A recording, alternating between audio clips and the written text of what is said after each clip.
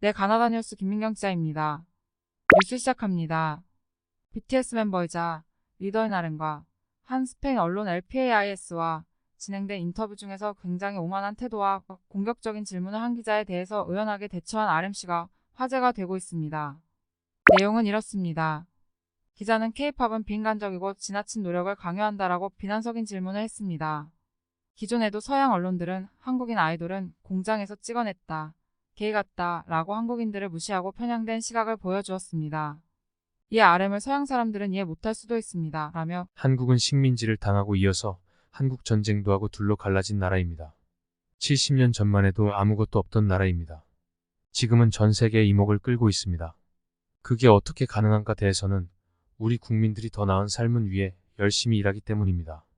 하지만 프랑스나 영국처럼 수세기 동안 다른 나라를 식민지화했던 나라의 사람이 저를 보고 세상에 한국 사람들은 스스로를 너무 압박해요. 한국에서의 삶은 너무 스트레스다라고 하죠. 하지만 우린 그렇게 목표를 달성해 왔거든요. 그리고 이 방식이 K-팝을 매력적으로 만드는 이유이기도 합니다. 물론 그 이면에는 부작용도 있을 수도 있겠죠. 빠르고 급박하게 진행되는 모든 일이 그렇듯이요. 그는 얼마나 성실히 일하면서 스스로를 발전시켰는지 차분히 설명했습니다.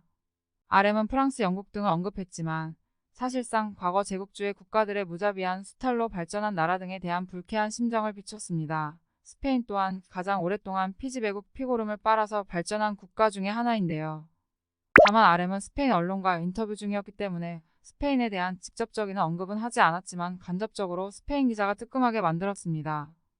식민지 역사 속 스페인에 대하여 간략히 말씀드리면 유럽에서 가장 오랜 기간 식민지를 가진 나라는 공식적으로 포르투갈인데요. 비공식적으로는 프랑스입니다.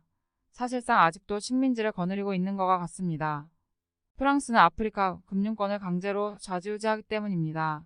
사실상 아프리카의 발전을 저해하는 직간접적 경제적 식민지 형태입니다.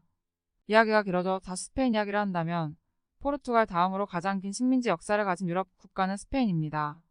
스페인은 16세기부터 19세기까지 아메리카 대륙과 아시아, 아프리카에서 강력한 식민 제국을 유지했습니다. 그들은 멕시코, 페루, 칠레, 아르헨티나 등 다수의 식민지를 소유하였고 이를 통해 금은, 천연자원 등 다양한 자원 혹은 인적 자원들을 수탈해갔습니다. 스페인의 식민지 제국은 19세기 말부터 20세기 초에 이르러서 점차 축소되기 시작했습니다. 스페인의 식민지 활동으로 얻은 부의 가치에 대한 추정치는 상당히 차이가 있지만 16세기에서 18세기 중반까지 약 1조 5천억 달러에 달한다는 추정도 있습니다. 한화 약 2천조입니다. 이러한 추정치는 스페인의 식민지 제국에서 채굴한 금과 은, 농산물, 인력 등의 가치를 모두 합한 것입니다. 사실상 이렇다는 것이 실제 기록되지 않은 수치는 이것보다 엄청날 것입니다.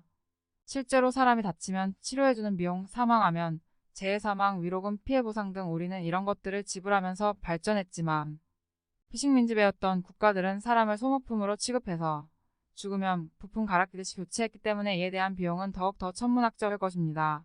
그리고 식민지였던 국가들은 스페인어를 쓰기 때문에 이에 대한 무역과 관광에 대한 이점을 같이 환산하면 더욱 더 엄청날 것입니다.